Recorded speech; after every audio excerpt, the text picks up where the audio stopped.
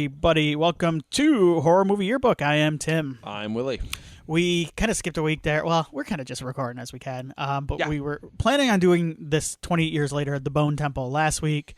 But it is January in Michigan, and we both have younger children. Mm-hmm. So there was a sickness on my side.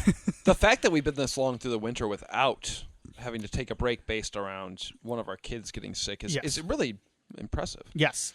But everybody's healthy now. Yeah. So we pushed it back a week just for because we like to do it in person too. We like to record our episodes in person. It's just more fun for us. I don't like the remote thing, man. We've never been able to make it work.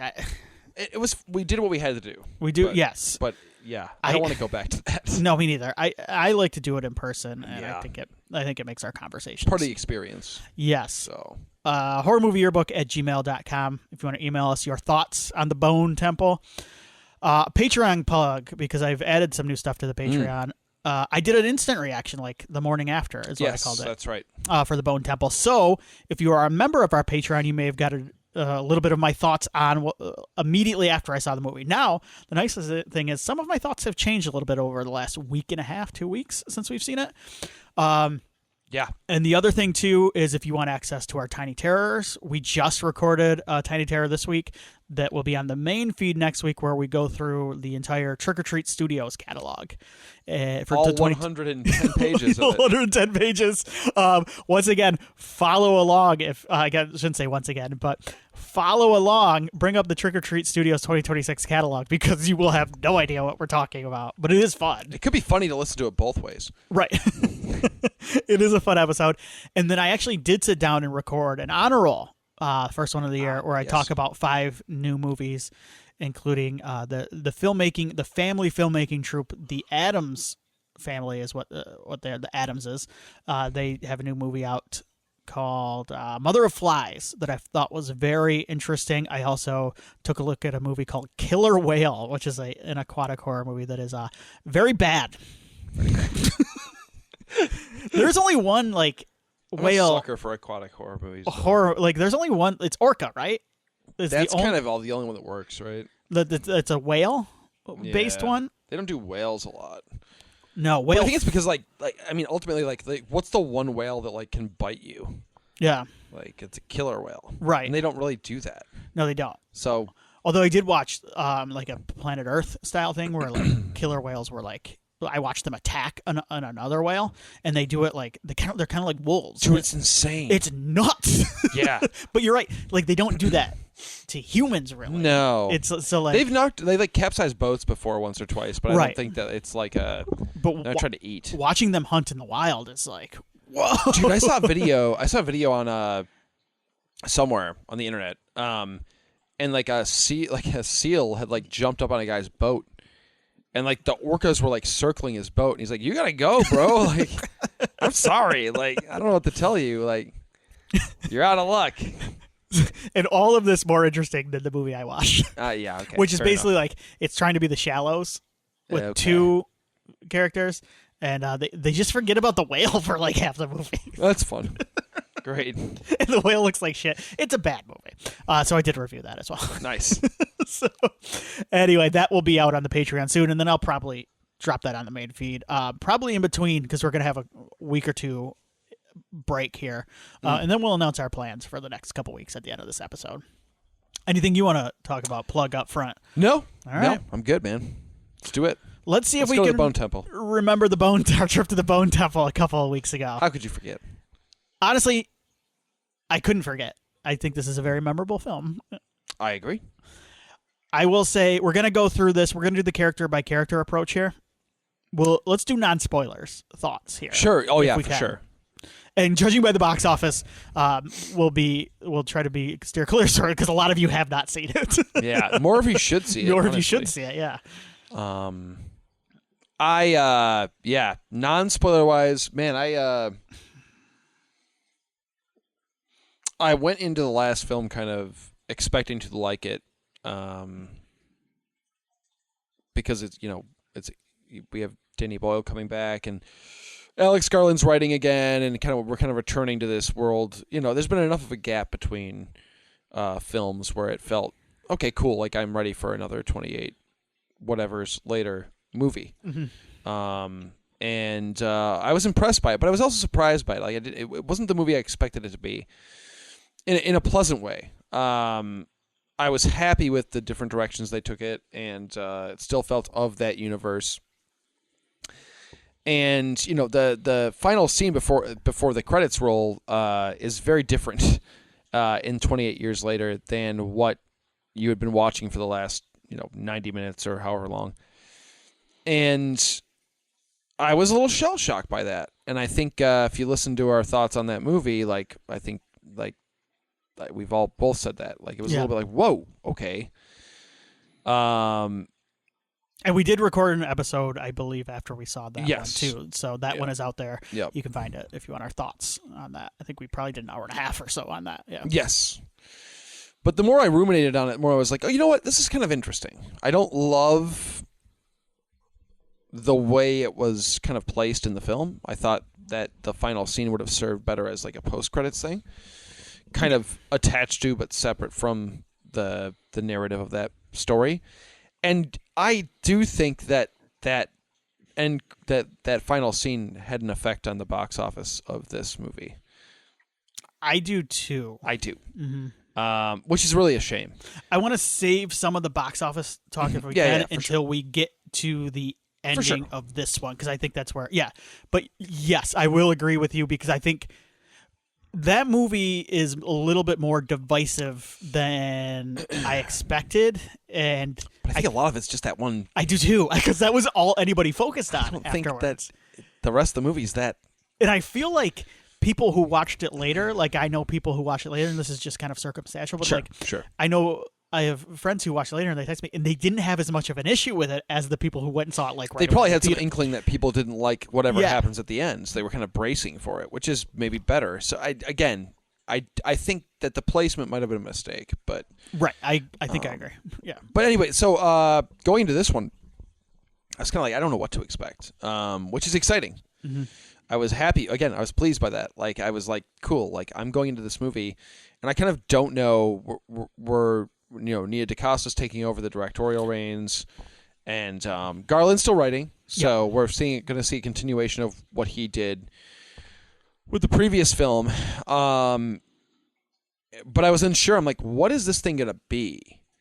How wild are we going to get with this universe? How far are we going to diverge from kind of it being like a zombie apocalypse movie, essentially?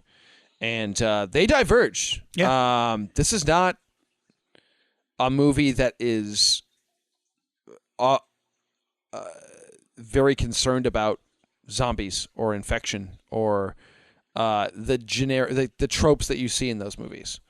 Those things exist. Like there are infected zombie people running around and stuff like that. But that's like a splinter of what the movie is doing. They're kind of an afterthought. And I can see why that turns people off too, for sure. I think a lot of my fatigue with things like The Walking Dead, which is a very different thing, but it's still a zombie apocalypse, for sure, scenario.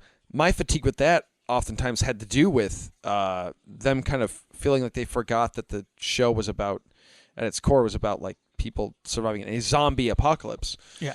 It felt like long stretches of that story were just people bickering and fighting each other, and I was like, where are the zombies? Like, I mean, I'm cool with like having more to it than just people getting ripped apart by zombies. Like, I need some zombies every once in a while, Yes. And so I think that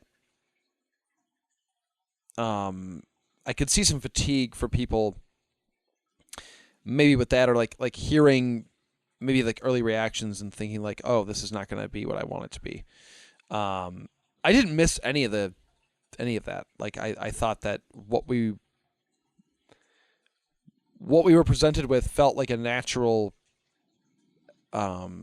continuation and like kind of evolution of what was set up in the previous film. Yeah. And I really enjoyed it. I have a hard time like saying like, do I like this one even better than the last one? I do have a hard time saying that because like it's a different movie. It's so different. Yeah. I think it's as good of a follow-up as you can possibly get to that movie. I think it alleviated to, I don't know if, I don't want to speak for you, it alleviated some of the issues I had with that last scene. I think were solved in this movie as we got to see more of that. Yeah, which is why I continue to argue, like, I don't know that scene should have been in that movie. Yeah. Or at least it should have been different. Mm-hmm. I kind of agree. Yeah. I think it should have probably been done with a more, I would say, sinister edge to it if they did it at all. Yeah. Yeah. So I think Bone Temple's fantastic. I think it feels like Nia DaCosta's, it's her movie too, which I love. It doesn't feel like she's trying to be Danny Boyle, which is awesome. But it also feels like it fits alongside the stuff that he's done. So just really, really top to bottom, I think, just if you haven't seen it, go see it, please. For the love of God, people go see the movie because I think it's well worth it. Yes. See it on the. I said this too. See it on the loudest screen you can see it on. Like, I think it helps. The sound in this movie, I thought, like, I was blown out of the theater by her. It's crazy because the first film was and when I say first film, years was so score heavy, and that score is just gorgeous. Yeah. And then this movie is like the opposite, where it's like the score's kind of like there, but it's not. It's not like the main course. The main course is all these needle drops that we have in this movie, and like they work so well, and like just the volume of our theater was like it plays like a concert film. It was so sweet. So yeah, I really really really liked this movie. I hope we get another. We'll talk about that, I'm sure. Yes. But I think it's well worth seeing, even if you were turned off by the end scene with the Jack O'Connell character and the Teletubby stuff and all that. If you were turned off by that, it's okay. Mm-hmm. Take a deep breath. Give it a shot. Yeah. Because it's really not... That is not indicative of the movie you're going to see with Bone Temple, I don't think. Yeah. I don't think so either. So, anyway. Yeah. Just real quick, I want to talk about Nia DaCosta a little bit, because this is the first time I've really, really liked a movie of hers, and I don't. You were cooler on Candyman than I was. I was, yeah. You liked Candyman better. We did an episode on that one too, so go, yeah. We did, yeah. I didn't dislike it. It's still, I've never warmed to it. I do think she has been put in some tough situations like that too. Even Candyman felt like Jordan Peele kind of dominated the conversation as a producer in that one a lot of the times. And she was kind of working under the shadow of him. And I didn't necessarily think that was fair to her. I don't blame Jordan Peele for that. I just blame the way it was, marketing. And the marketing in general. I also, The Marvels is the other one that pops in my head. I almost don't count that. There's some good stuff in there. But the problem is that movie is kind of the example of the pitfalls of the MCU at that time, where you were dealing with two characters that had been mainly introduced on streaming shows, and she had to work them into this bigger thing, and the movie got taken away from her. It felt like you can see her shine through, and actually there's one scene in particular where it's a body hopping action scene where I went, oh, this is really clever and fun. And I do like some of that movie. I don't hate that movie, but then if you recall too, there was a lot of culture war or bullshit around that as well, around that release and at the time of that coming out. So that thing is just it's a mess in a lot of ways. And the thing I worry about with the box office is that this is 2 in a row for her, big budget movies where she's kind of taken a hit, and I don't necessarily think either of them are her fault. But anyway, this is a calmer movie in a lot of ways, if that makes sense. Like, it's not as in your face as what Danny Boyle is doing in the first 28 Years Later. Yes. He's very much, it's very experimental, that movie, that first 28 Years Later. I'm torn on what I like better, because I think this is a more consistent movie throughout. It's the old, are the highs higher in the first one? Yeah. Whereas this one I think it's a steadier movie. I think it's a more consistent movie. But then when I think back, I kind of miss the the attitude, like the kind of punk rock attitude of like, let's just shoot this fucking thing with as many iPhones as possible. Sure.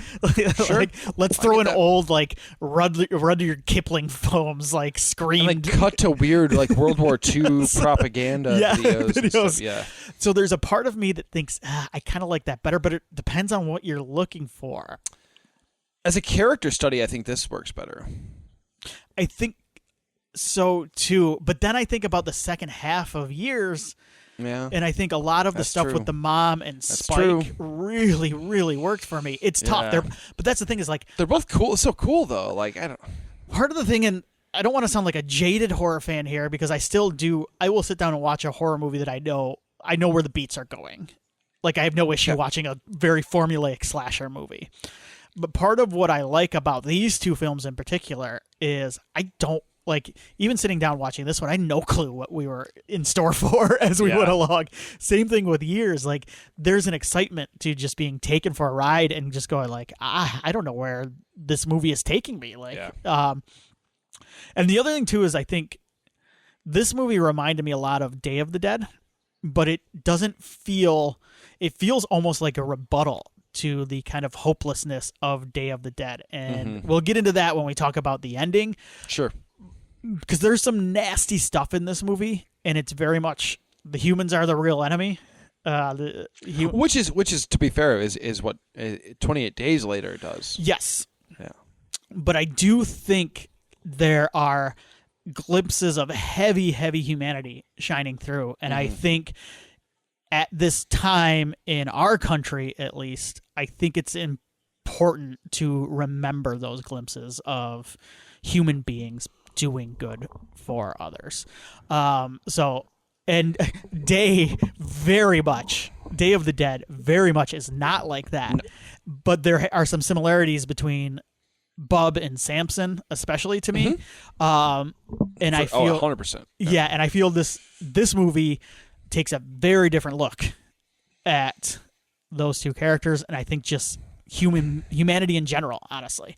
So that's what I'll say here. And now we can, if you're ready, we can go character by character through this bad boy. Full spoileratory. You want to start with Ray Fiennes as Dr. Kelson? Oh, man. You want to start with the big one? Well, the big one's Samson. Let's not get ourselves. Yeah, he's the big one. Ray Fiennes shows off a big one, too, though. So he's doing all right for himself. Oh, you're right. He does, doesn't he? I wonder if he demanded. He wanted. He's like, I need to be natural, though. Hey, Ray Fiennes. Yes. Fantastic actor. I think we both agree with that. I think most of humanity would agree with that. I mean, I've seen him in so many, like countless films at this point. And I have to say, like, this might be my favorite Ray Fiennes character. Like I love Dr. Kelson. Yeah. What I love about Dr. Kelson is in any other movie or story, we would find some sort of dark, horrible secret about Dr. Kelson that he's either trying to like atone for, or that he turns out to be some sort of secret creepo villain, like twisty thing at the end. Oh, he's the bad guy. There's none of that present. Like he's like a warm, thoughtful, composed, rational. Yeah, he covers himself in iodine and dances around. Yeah, but he's like a good person, like a pure person. Yes. Like there's no evil in him. There's no malice in him. There's a tendency too with scientists, like scientist characters in horror movies, and especially ones that are atheist as well. Like they, because they say he's an atheist in this movie, to play them as kind of cold, inhuman in a lot of ways, calculating, like something's off about them. Yes. And there's not that with him at all. Yeah, and we spend so much time with Kelson, and I will say this: I've heard some, not complaints, but some criticisms a little bit about like how this doesn't feel like Spike's movie, and like we kind of like he feels like he falls in the background. I love that. Yeah, yeah. That feels like that makes this feel like more like Spike's journey because he's being kind of enveloped by the people surrounding him. Yeah. And the forces around him. And when you're a child, in a normal world, let alone a zombie apocalypse, you feel that way sometimes. Like that you're not the center of your universe when you're a little kid. Like you feel like you're kind of caught up in whatever's the whims of whatever the people around you are doing. So isn't part of becoming an adult like a coming of age, realizing that you aren't the center of the universe in a lot of ways. Yes, hopefully. Yeah. And meeting colorful characters along the way. Right. And some of them are good. Yes. And forces for good and teach you hopefully things that you can carry throughout your life. And then some of them are very bad. and hopefully you realize quickly enough to get away that this person's probably not being around this person's not in my best interest. Yeah. And he encounters both these things. So I've heard some criticism about that, but like I love how much this movie allows us to spend time with Kelson. And I love that we don't... It's such an underappreciated skill in telling a story that Alex Garland has, that we learn so much about Kelson and his backstory and his motivations and why he is the way he is without him talking about it at all, practically. Yeah. His love of music of a certain genre in a certain era. Yes. The pictures of him and his wife and his family, like that stuff is not. It's not even like folk. It's not even. It's never like a super crucial bit of storytelling throughout the film, but it's peppered in there so often that you have a real feel for who Kelson is. Exactly. Without him needing to dump a bunch of exposition in this film about it. You know, like you kind of get him. I can see him like when Duran Duran is playing, and there's a great scene where Duran Duran is playing. There's a fair amount of Duran Duran. Yes, I've been listening to quite a bit of Duran Duran. I like Duran Duran.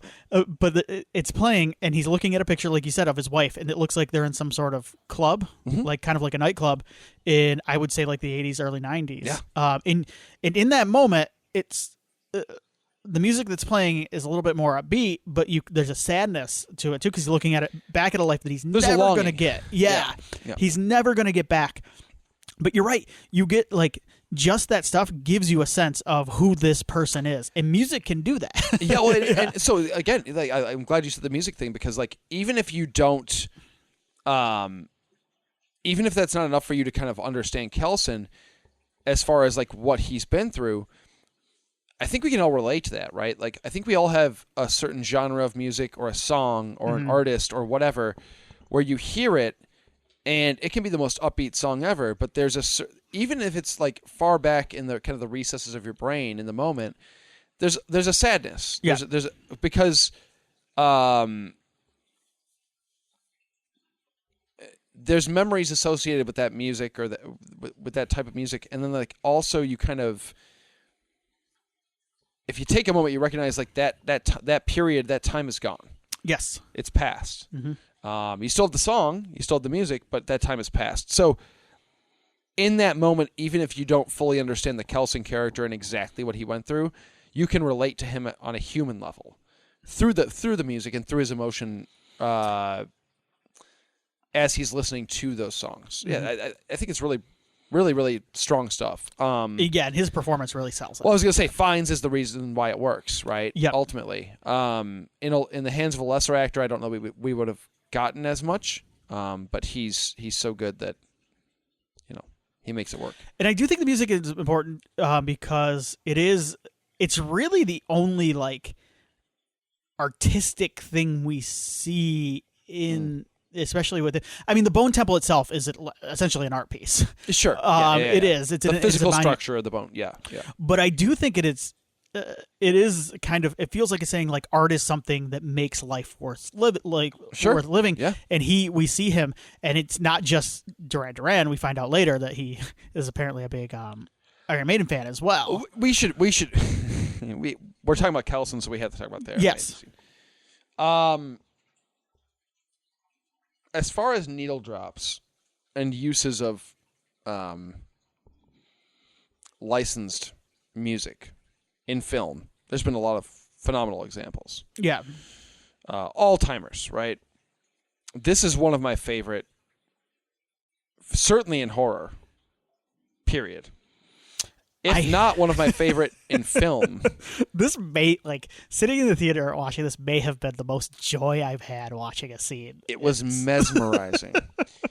Because it was such a marriage of the song, the plot of the actual film. Yeah. And such a crescendo, because really that's the crescendo of the film. Yes. That's the climax of the film. Yeah. And it's tense too, because you're sitting there watching it and you're going is Jimmy going to pick up is he going to see through this, and is this all going to go south? Is Kelson is he going to slip going to kill all these people? Yes, that's we don't know. Right. It's so good. I do think it is one of my favorite scenes, and Ralph Fiennes gives one of my favorite performances in modern horror, and it's gonna have to take a little bit. I need to maybe settle down a little bit. But it sticks with you. It's so good. I might put this up there eventually with my favorite stuff of all time when it comes to horror. He's so great. Yeah. Yeah. It's a shame we won't get more of him. Right. Makes me sad. But I get it. So yes, I do feel like this is a natural end point. I'm glad he went out the way he went out, because yes, I don't think you can top what he did. Because essentially he has done what he needed to do. Yeah. Samson, he has saved, cured. Spike, the same thing. Those literally saved Spike. Yes, yeah. Those are the two things the two people that he felt like he had to live for. Yeah, in a lot of ways. And then when he sees Spike in the trouble that's when he when he makes the decision. And again, it goes back to his character, right? I love that, because that's who he is. Yeah, he's willing to put it all on the line and abandon the plan just to. It's Spike. It's seeing Spike, and it's also I think the other part is hearing Jimmy talk about what they're going to go do. Do you want to? Or so with Kelson. Because a lot of the other stuff I want to say ties into both Samson and Jimmy. Do you want to talk about one of those two characters next? You done with Kelson? Well, let's talk about Samson, because I think he's so intrinsically tied to Kelson throughout the film. Jimmy and Kelson really only become intertwined in the last half hour or so. Yes. So we get really two big plots or big storylines throughout the course of the film. And I think it's amazing how those two come together. It makes total sense. Mm-hmm. Yeah. And I love the two worlds, because there's one that's just so angry and nihilistic and violent and scary and disgusting, mixed with this quiet, beautiful, reverent, life. So I love the two kind of smashing into each other. Yeah, one of them is fighting for nothing. One of them believes in nothing at all.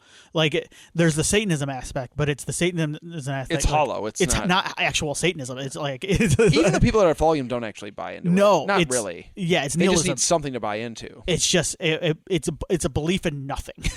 It's not a belief in humanity. It's not even a belief in Satan. It's just a belief in nothing matters. If anything, it's a belief in just chaos and pain and just causing as much as you can before. But Samson. Yes. Speaking of chaotic, my word. I've always loved this type of character. This is the bub character from Day of the Dead. The monster who's being reformed or being trying to, because and we do get some scientific explanation. There is. I loved all that shit. Yeah. Normally that stuff's okay. But there is still humanity in him. Yeah. But this one, he and Kelson are just vibing through most of the movie. It's awesome. I love that it starts off as kind of a what could become a toxic relationship, where Samson's clearly he's trying to get us high. He's showing up get me high. Yes. Yeah, he finds that's awesome. Yeah, Kelson and I want more. Give me more of that. Yeah. And Kelson's I kind of want somebody to talk to. exactly. Like, honestly, he's lonely. Yeah. I don't think he realizes he's lonely. And he said, there's a line, I'm paraphrasing, where he says, like, I haven't been afraid of death until now. In a long time. Yeah. And I think it's because he actually has, like, somebody he cares about in Samson. But so it's kind of like this weird, like symbiotic, kind of mutually beneficial relationship for, like, the wrong reasons, really. Yeah. But it like kind of morphs and evolves into this, like, kind of beautiful. It's good for both of them, right? In very obvious ways. And Samson is. What's so cool about Samson is really in that first film, he's very much, he's not even a character, I wouldn't say. He's just like a threat in the film, kind of in the environment. Like, he gets named, he pops up, we do see Kelson drug him, but he's not a character. Like, he's a big monster alpha, they call him, you know. And in this one, they like blow it wide open with him, where like he's a. We get to learn. There's a incredible flashback. Oh my god! It's so good to who he was before. It's unreal. The infection, yeah. Yeah, there's a sequence when he's sitting on the train. Yeah, and he's kind of like, he's super high, and he's super high, just staring up at the moon. Yep, and he's starting to like actually like Kelson has done whatever the final kind of thing to like try and fully reverse it. Yeah, Kelson has I don't remember what it is, but he's given him that, so he's kind of like coming out of infection essentially, right, by and large. And he's sitting there, and there's this really beautiful moment where, like, he flashes back to being, like, a child on a train with his parents, I assume. Yeah. And then, like, as an adult on the train, and then, like, to current. So, there's a lot of, there's a lot to think about there. Like, like, was he, like, because I assume he was infected as an adult, right? I don't think he was infected as a child on that train and then grew up to be Samson. Yeah. I would assume that like he was thinking about out almost like his first train ride, like, with his parents, and then the last train ride, which was before. I need to go back and watch. It's to get really the interesting timeline of it. Yeah, it's interesting. Because that second sequence when he's an adult, that's the same actor. He's just clean shaven. And, yes. Yeah. Right. But and then the fight scene afterwards, my God. So that's the thing is, like, you mentioned earlier, like, you do kind of want the zombie violence in here, and we do get that in spurts, and we do get those moments. It's almost like the movie, and it's natural in the way it does it, which I dig. It's like the movie knows when it's slowed down and it's done enough. We need something here, yeah. Yeah, the contemplative aspect of it, and then it's like, okay, let's throw a little bit of. There's also, you know what?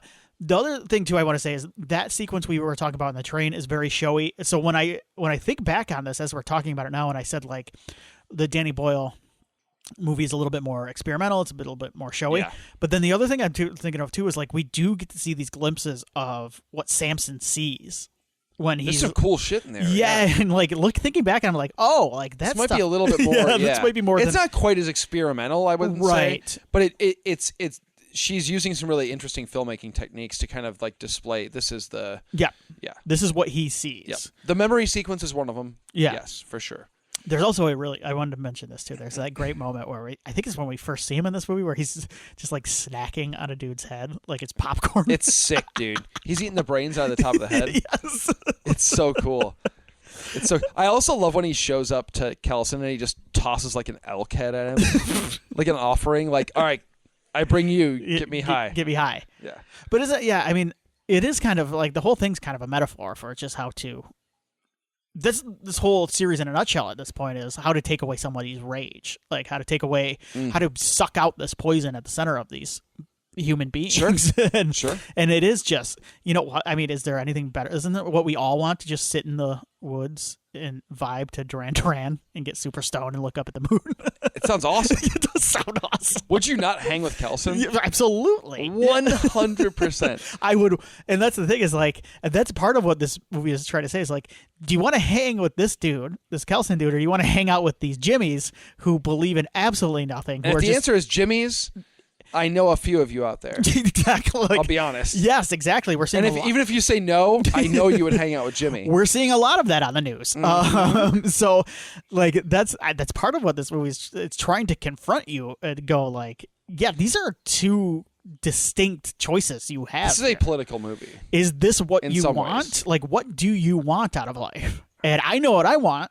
I want to get stoned with Dr. Kelson. And enjoy. Yes. And enjoy life. I don't want to be angry all the time. Yeah. Yeah. And hurt people. Yes. For trying to live their lives. Mm-hmm. Anyway. Speaking of hurting people, should we talk about Jimmy? I think Jimmy's the natural next step. Also, Samson's dong is giant still. So we got to mention the dong. Fun, but I sent you. It's enormous. Ray finds it's a prosthetic. And I think that in that video he does say like we'll talk. So I think he might be giving it to Rafe. So good. I think it's good that Rafe has it. That's the only nudity we get is the big dongs, right?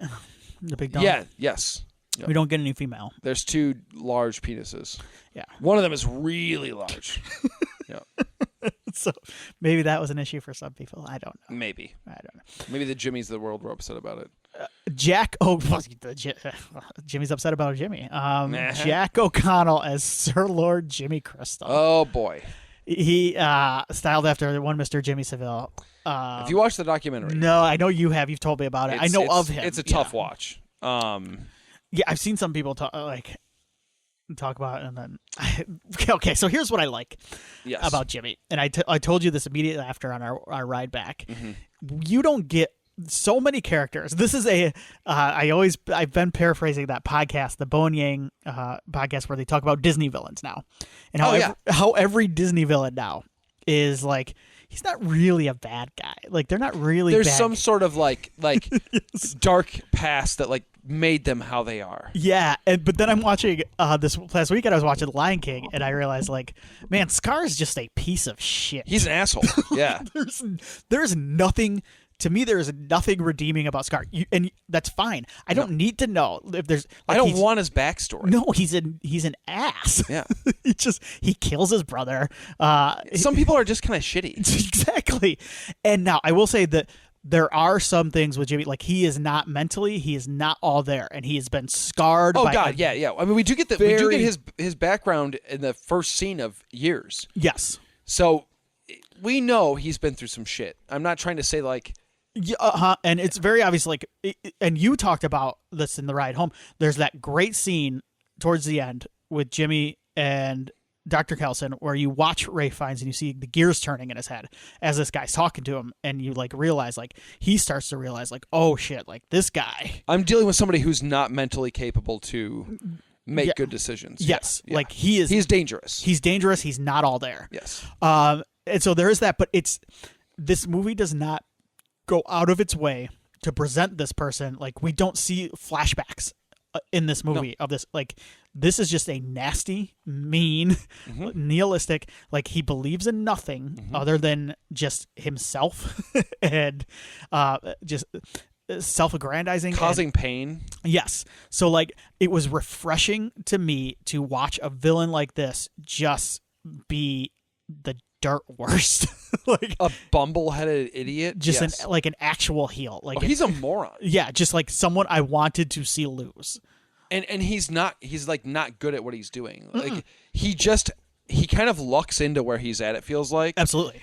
And he's kind of like keeping it together. Does that make sense? Like he's just keeping it together enough. He's taking advantage of people who have nothing else, who have nowhere else to vulnerable go. People. Well, I mean, think about his system. Yeah. So we're introduced to kind of how this works early on when Spike has his fight with one of the Jimmies, which I like that sequence. It sets up kind of, okay, these are who we're dealing. These are the type of people we're dealing with now.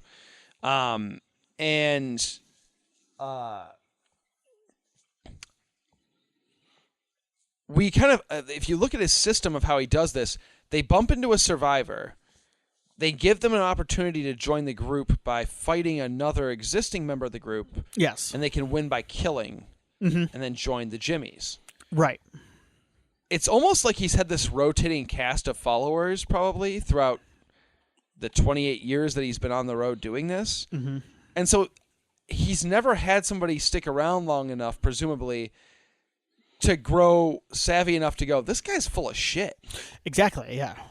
Like he's never like he's always made sure they go away before he's and that reminds me of some other stuff. Absolutely, too. Yeah. He doesn't care for any of them, just like who I think we're thinking of. Yeah. Get as much use out of him as I can, and then they kick him to the curb. Yep. Get rid of him. And so Jimmy Inc., who we kind of follow,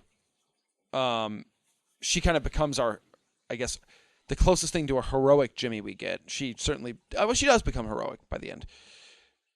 My kind of brain says, okay, she's been around a little bit longer than some of these other ones. Yep. And maybe is a little bit more savvy, just in general. And so she's starting to go, this is bullshit. Like, it's bullshit. Yeah. Like she's sticking around because like she doesn't have a lot of other options. No, and she says, she's like, it's not better out there. Like, this is... Like, you're not... Yeah, this is as good as I can find. This is... Yeah, as far as survival goes, which is her main goal. This is my choice. This is what... This is my only choice right now. This is the best choice, yeah. So, which makes sense, yeah. So, but you can see kind of like the... Again, they do a good job of kind of painting a really broad picture of kind of where people are coming from and what they've been through without like explaining it to you, which is nice. But Jimmy's an idiot, and you can it's a great performance. He's really good. He's very good. Yeah. This is the second because he was in Sinners last year too, which I've not seen still. It is the second. People have pointed this out as the second straight movie where he terrorizes a barn full of people because that is basically the gist of Sinners. Yeah. Yes, I've heard he's really good in Sinners. Very good. He is excellent. The problem, like the only problem with the performance is in the same movie as Ray Fiennes in this movie, and like it's like that's the one I gravitate to is Ray Fiennes' performance in this movie. But he is also excellent. Yeah. And yeah, the thing is like he plays him like. You can tell it's just, but you never know how.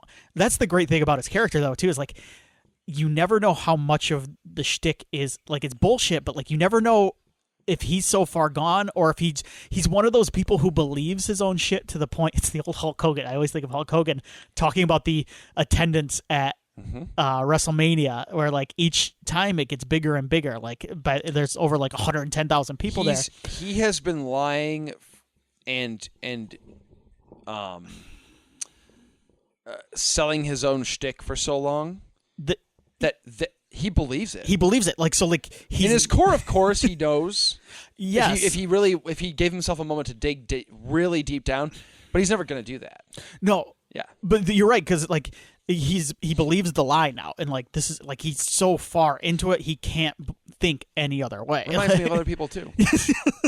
I said Hulk Hogan to try to go in a different direction, but now that I think back on it, there are some connections. So a couple other things too I wanted to touch on with him. It's funny now in this movie. This is where we start to get in. It's kind of like it reminded me a little bit of A Clockwork Orange. Sure.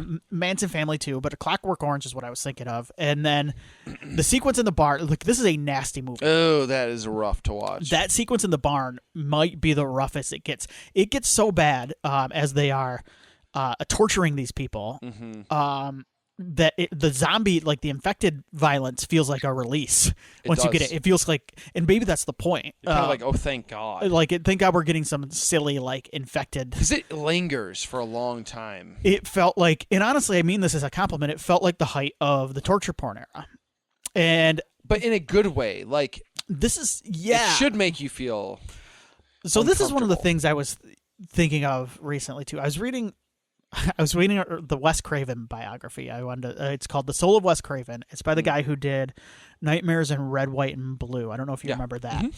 This is an excellent biography. I'd recommend it to anyone. But it's not really. They're talking a little bit, and Wes is talking a little bit.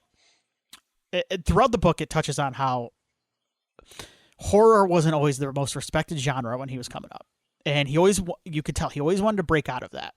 I think we've gotten to a point now with horror where it is respected in a lot of ways. Like Sinners has been nominated for so many awards. It's a horror movie, and like people I've heard it's very deserving of these. Yeah, and people don't bat an eye at that anymore. Get Out was nominated too, wasn't it? But like back when Silence of the Lambs, like they used to. That was a shock. It was like what? It was shocking. They wouldn't call it a horror movie. It was a drama. It was like a psychological thriller. So it's gotten to the point where it has become accepted, and then he's talking a little bit about at the time like the torture porn stuff and how like he didn't get it because it's talking about the Hills Have Eyes remake where he brings in Alexander Aja, and he's talking about it, and he's talking about how some of the reviews go into it, and I'm sitting there reading it, and like I kind of like miss that feeling of that era of movies where like you're sitting there watching, going like, God, this is so nasty. Like I don't feel good watching this, and it like made me uncomfortable, and it shocked me like in a way. Yeah. And I like a lot of these, like horror's gone mainstream, but it's almost gone mainstream to the point where I don't get that feeling anymore. And I think maybe it's just a different time too. Like what can shock you at this point in 2025 for sure. or 2026? So. Well, I also think though too, it's that scene is designed to shock you, and it should. And that's the whole point. You should feel uncomfortable. The difference between that and kind of what we went through with the torture porn stuff was the torture porn stuff, I think, even in Hostel, like, was designed to shock you. That first Hostel movie, like, is pretty effective. Yeah. I think the problem was they had to up the ante every time. Yes. And it reached a point where it was just misery and horrible stuff happening just for the sake of trying to push the boundaries. That's not enjoyable anymore. And weirdly enough, like that describes Jimmy and the fingers in a lot of ways. Yes. It's like that is kind of what they are going for. Yeah. So yeah, I don't know. I guess like what I'm trying to say in a roundabout way is like it felt good to be that uncomfortable, to be made uncomfortable by a horror movie again. And the thing was, they really don't show you that much. No. That was impressive too. Like, yes. That sequence, as far as actual on-screen violence, is like technically like one of the lower violent sequences in the film. There's not a lot on screen. But you know what's taking place, and it's the tone, and it's the pacing of it, the slow, deliberate kind of crawl of watching the Jimmies put these people through this, knowing that it's not going to end well for them, and like these people are going to die. Yeah. So yeah, it was rough. It was. And rough. then the guy having to pick who he wants to go rough against. Stuff. Yeah. The whole thing was rough. And honestly, the ending. Well, I'll talk about that when we get to Spike. Yeah. The other things I wanted to mention too with Jimmy, real quick, are I touch a little bit about it. You don't always see the man of science, man of faith thing filtered through an atheist and a Satanist. It's always just like an atheist or a Christian. Yeah, generally, yeah. I found it very interesting, refreshing to watch. And the thing with Jimmy Satanism is a very teenage reading of Satanism. It's just like it's a child. It is because he's a child. He's a child inside, and I'm sure a lot of people have touched on like the way with the Teletubbies thing, he hasn't evolved in pop culture, and that's I'm sure a commentary. Honestly, it's a commentary on millennials in a lot of ways. That sure. We do have these touchstones, and a lot of it is because we did experience that big traumatic experience in 9/11, and I do think a lot of that has led to some of the. Well, that was the start of. It sounds horrible, like. That was the start, kind of the downfall of our childhood. Exactly, yeah. That was the end. Like after that, it feels like it's been one thing after another. And you can see, and I think we've started to move on from a little, but pop culture stagnated for a long time. It did. It did, and it felt stuck. A certain type of movie, and I am very much a fan of a lot of the like superhero movies. Sure. Post that, were very popular for a long time, and a lot of that is tied to childhood. And it is, I think, a commentary on that in some ways. Mm-hmm.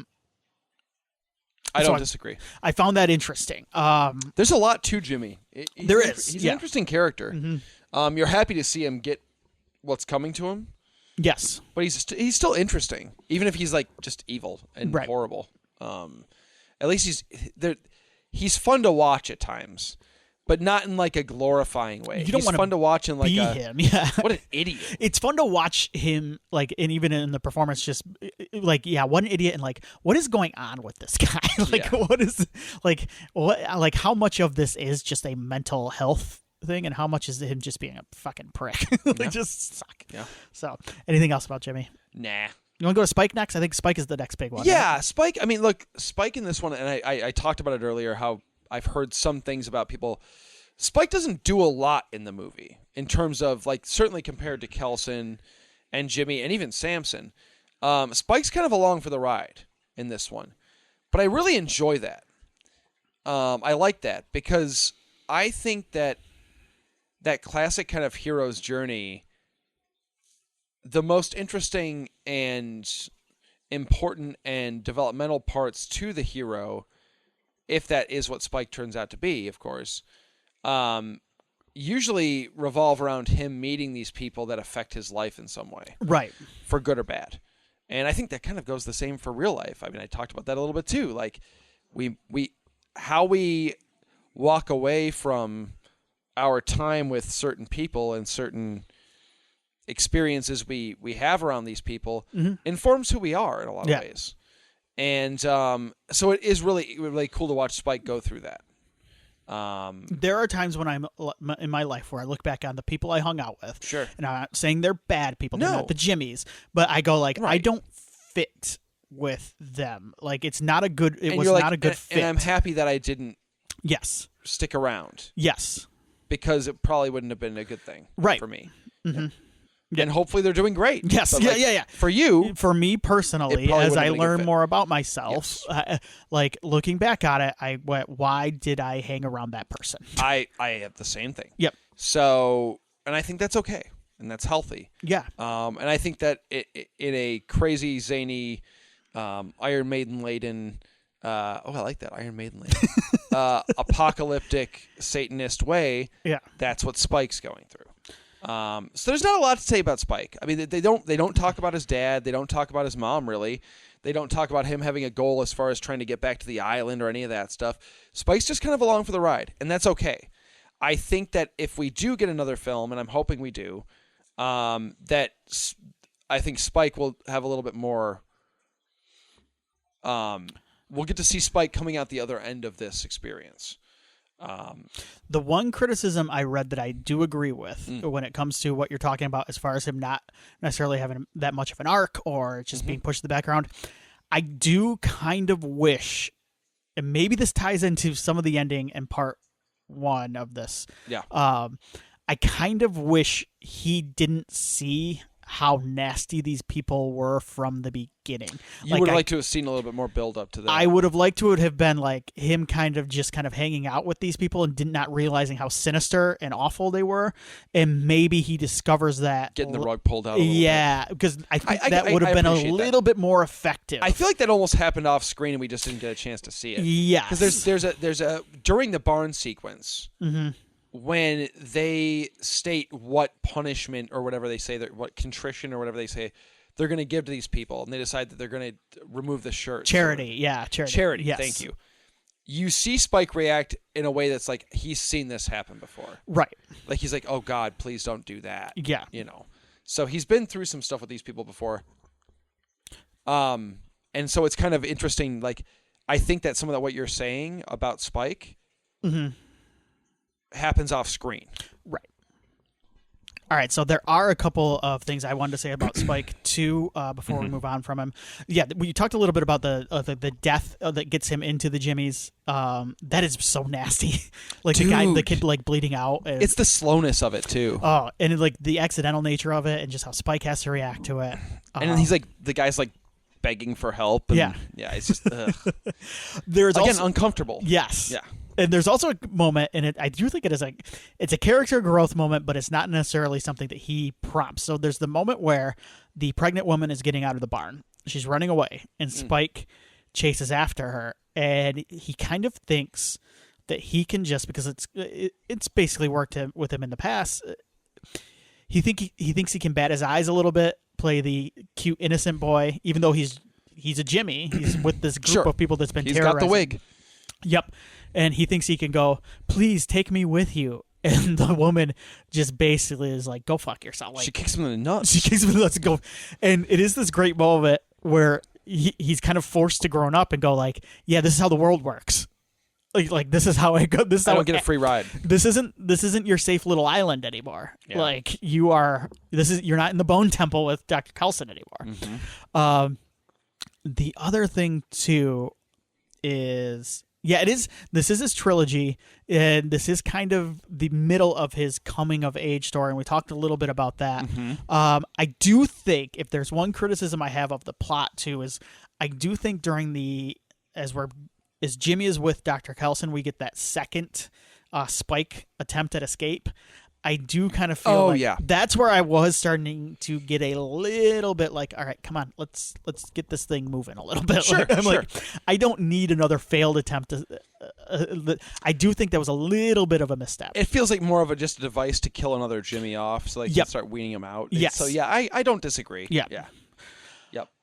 So anything else about Spike? I don't think so. I'm excited to see where he goes. Mm-hmm. You know, like to see kind of what happens with his character. You know, I have my thoughts about kind of what I assume is going to happen, but then nothing I could assume about these two films has been right. So I don't know.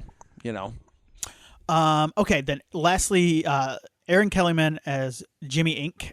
Kelly. And then we could talk about the rest of the Jimmys, the fingers, if we want. But I thought she was excellent here. Yeah, I liked her a lot. Tough, but like relatable. Yeah. I hadn't seen her much. And you watched the new Willow series before it was erased from existence. Yeah, from existence completely. Yes. I quite like that series. Yeah, she was in that, I believe. She's quite good in that.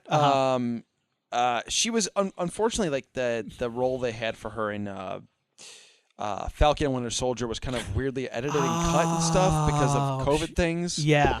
And so she kind of got shortchanged in that. But I think she's quite good. And that's another character just as much. Like I want to see where she goes. That's almost more interesting to me than Spike because I'm like, what does she do now? There's a hardness to her too that I like. Like there's a temptation with this type of character where it can come across as kind of corny, in the sense like she's not really. I think it's more of a big sister little brother relationship with Spike than anything. But there is like there's a tempt I think with this character to like as she sees through him to be a little bit obvious, and she's not. Like she is still kind of a hardened. One can assume that she's done horrible things to these kinds of people. Right. Why? How would she? I mean, of course she has, right? Like, I don't think you last that long in the Jimmys as one of the fingers if you haven't flayed somebody at some point. Yeah. So, throughout the movie she's hardened, and sometimes, and I do wonder if that it helps to have the hand of, not that Alex Garland isn't a phenomenal writer, but it helps to have the hand of a female voice with a character like that. Right. Because oftentimes when men write strong women, they come off as tough and emotionless, and there's nothing, like, they come off as robots. You know, because apparently as a strong woman you have to just have no emotion, and that's not what she comes off as with this. I think she's written really well, and I think the performance is really strong, and directed really well. So I'm excited to see where that character goes a lot too. That's another one where I'm like, because with Jimmy Inc. you could kind of go anywhere. Who is she really without being a part of the Jimmys? Do you have anything else to say about any of the other Jimmys, or even the people in the barn? Any of the other side characters? Everybody's good. I'm curious to see if we see the pregnant woman again. Right. It feels like something that might pop up at some point. Mm-hmm. I feel like the thing with the Jimmys is, like, by their nature, like, you aren't supposed to know a lot about them because they are. No. The one Jimmy, the female Jimmy, the Teletubby one that does the dance. She's really creepy. Yeah, she is. Yeah, I liked her a lot. She was creepy and good. She's the one that gets a lot of the shine, I feel like, on her. But they're all good. There's not a lot that you can say about most of them. Like you said, by design, they're kind of they're cult members, carbon copies of each other. So she is a lot of fun to watch, though, in a horrible way. But she's a lot of fun to watch. Yeah. I'll give her that. and she goes out horribly, which is fitting. Yeah, because she's the one that seems to be embracing it the most. Like, yes, she's all in. Yeah. So all right. So we should talk about Jim then. Cillian Murphy as Jim. Yes, not Jimmy, but Jim. Yeah, he comes back in the last scene of this movie. Mm-hmm. I knew he was in this. That was spoiled for me at some point. I assumed he was. I didn't know for sure. I didn't know the extent to which he was. I assumed it was probably going to be brief. I'm not shocked by how they utilized him. in this. Like that wasn't a surprise to me. Yeah. Here's what I'll say though, like it's tough because as a big fan of 28 Days Later, the initial announcement of these movies was, of course, I was excited. And then they did announce that Cillian Murphy was involved. And the initial kind of fan response is, oh, hell yeah, Jim's back. Mm-hmm. And then you sit with it for a minute and you go, do I want Jim back? Like, do I want that? Like, is that... like, wasn't I happy with how things were for how many years we've been since... And then you kind of settle in the middle where you go like, okay, Cillian's back. That's cool. I like Cillian Murphy a lot. I like that character a lot. Let's see what they do, And I'll say this. I've seen Cillian Murphy in a lot of movies and shows and the full gamut of performances, villains, good guys, somewhere in between. The second he shows up as Jim, like his cadence and his mannerisms, he feels like Jim. Yeah. Which is weird because... Do you think it's because that is it because you associate him with Jim? Like, is that where you first saw him? I'm sorry, I didn't mean to interrupt. No, I don't think so. Okay. I think he's like playing Jim again. Okay. Which is really kind of remarkable because like, as good of an actor as I knew Cillian Murphy was, like Jim's not a terribly like insanely well-defined character, really. Like, there's no specific quirks about Jim that you can easily identify, or like he's kind of like our gateway into the universe of 28 Days Later. He's kind of a guy, like, and that's kind of by design too. Like he's I think he's like a bike courier. He mentions like he's just a guy, and he just is caught up in this insane, but yet somehow like at the end I'm like, that's Jim. Like it's not Cillian Murphy, it's Jim. Like so I was kind of blown away by that. Yeah. In like the 2 minutes of screen time we get. So am I excited to see him back? Yeah, hell yeah. Like, because I want to know where Jim's been now. I'm in on that now. Like, I want to know, like, he's got a daughter now. I think it's safe to assume that it's him and Selena's daughter. Yeah.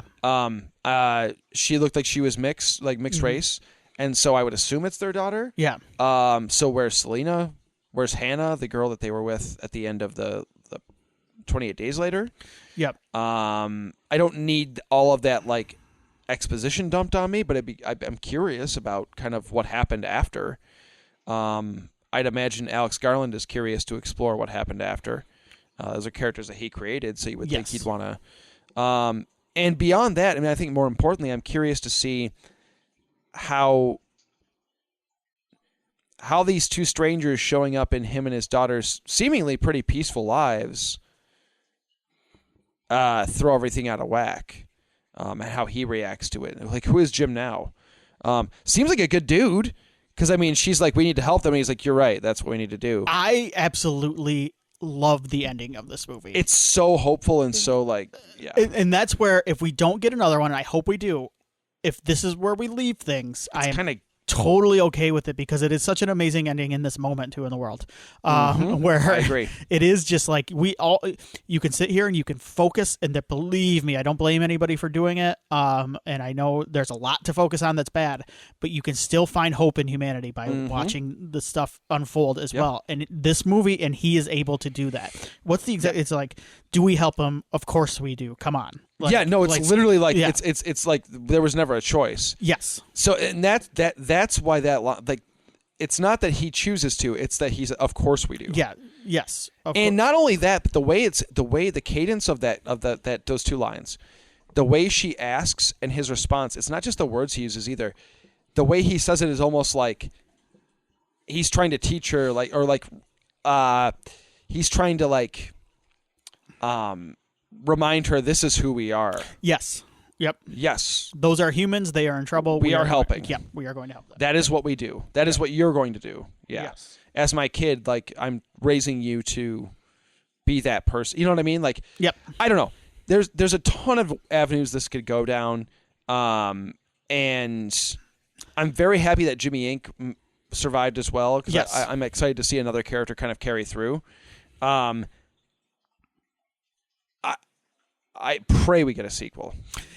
I really do. Yeah, I agree with you that I would love for this to. I'm okay with this if this is the end. But man, do I want a sequel. It's amazing to me, and this is coming from someone who didn't like. I like the Jimmy stuff, but it's amazing to me how much better I think the stinger works, and this like the final scene works in this movie compared to the last movie, and how I think if this happened at the end of the last movie, I think the box office would be a lot different. I am normally not one to do this, and I think at this point it doesn't matter. Yeah. But I would have, if I saw that where the opening weekend was trending, I would, if I was the people trying to make money, I would be putting out a trailer or a TV spot that has Cillian Murphy in the frickin' trailer or TV spot. From a creative, I hate to do it. It's creatively bankrupt. From a creative standpoint, what they did by holding him off until the end of this movie, I think is very admirable. Sure. But I do think it's a part of why this one, I think there are a lot of reasons why. I think the divisive reaction to that's part of it. The first movie, especially the ending. I do think it was a bit of a mistake to release them so close together. That's another part. Because I don't. I thought it was cool. But I do too. Yeah. That's the thing is like a lot of the stuff I'm saying is just me trying to analyze it from a financial box office. I agree. Like a cold. I agree. But from a creative perspective, I love pretty much every choice they've made in this so far. But I do sit here and wonder as we get, like, I'm hoping we get this third movie, is like, maybe you should have let people sit with that movie as people discover it too on streaming. And then my hope is people discover this movie on Netflix. That's the hope. It's Netflix because it's going to be Sony. Sony's tied in with Netflix. People discover it and they go, oh, he's back. Like, and then the hook for the third movie can be Cillian Murphy's back. Cillian Murphy's back, and you can get people. Cillian Murphy, Danny Boyle, Alex Garland. The team is back together, and you can get people back into a theater because that's where I want to see this movie. I know Sony is very tied in with Netflix, and that's the other hope I have too. As sad as it is, I can't believe I'm saying this, but like, if nothing else, I think Netflix will be. And I'm relying on Tom Rothman of all people too, which if you would have told me back in the day. But you know what? That was a 20th Century Fox movie too back then, wasn't it? So Rothman helped kind of shepherd that. It's true. Because he was involved there too. In fairness to Rothman.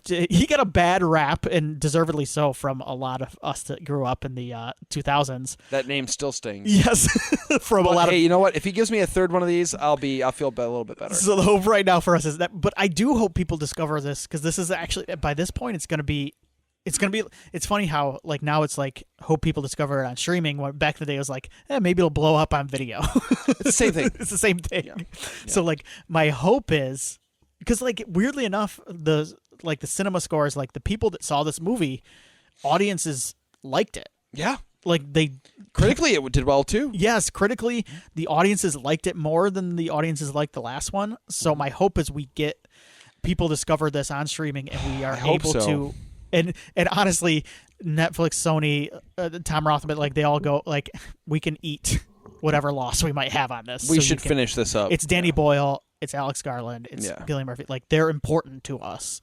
We're going to let them finish this. I hope so. Yep. Maybe we got a couple people to go see it in the theater. I like to think we got one or two people. To go do it. Yeah, before it leaves theaters, it's got to be getting close already. No, because it's not doing well. And it's tough. I think we talked enough about how much we like the movie and like their creative. So I don't feel bad spending this much time on the box office because it is kind of a bummer. But it is. Yeah, it is because it ties in creatively because you do want to see this franchise finish and that. Well, because this is a story now. Like I'm invested in the story of it. Yes. So I want to see the finale, good or bad. I want to see I want to see how it ends. I think part of the forgiving I have of Spike getting pushed to the background a little bit is because I do think we would go back to him in the third movie and get a lot more. Yes. And I do think, like you said, I do think some actual space between, like a few years between movies wouldn't be a bad thing because then people have time to discover it, where I don't think, 9 months in between movies like is enough time. Yeah. Yep. I agree. All right, Bone Temple's awesome. It is. So. It is awesome. I liked it a lot. Yeah. Should see it. Please go see it. Is there anywhere like? Did you want to say where you want the movies to go plot wise? Do you have any? I don't have. No. Okay. I am ready for whatever ride they take me on at this point. I think the last two movies have proven that I'm like. I might not always feel safe in their arms, but lift me up and carry me into whatever nightmare that you. I hope that the only hope I have is that Spike ends in a good place.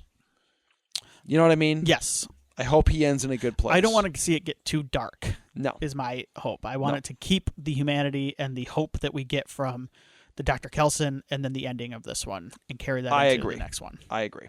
And Samson. I should throw Samson in there. Do we want Samson back? That's the thing is I wouldn't mind seeing like tempting a to bring him cut back, to Samson. Right? I'm good with Samson though. I am too. Yeah, I think we leave him in because that was his movie and it's Dr. Kelson's movie. I think those two characters, and obviously Dr. Kelson's not coming back, but I'm good with those two characters. I feel like their journey. Is Jimmy gone? He's one I can see. Oh, he's dead though. Like to me, he's done. Do we know? We don't know for sure. There's that old. If you don't see the dead body, I think Kelson's pretty safe to assume he's gone. Yeah, it'd be weird to bring. Yeah, I think he's gone. I think those three are probably. I don't need them to come back.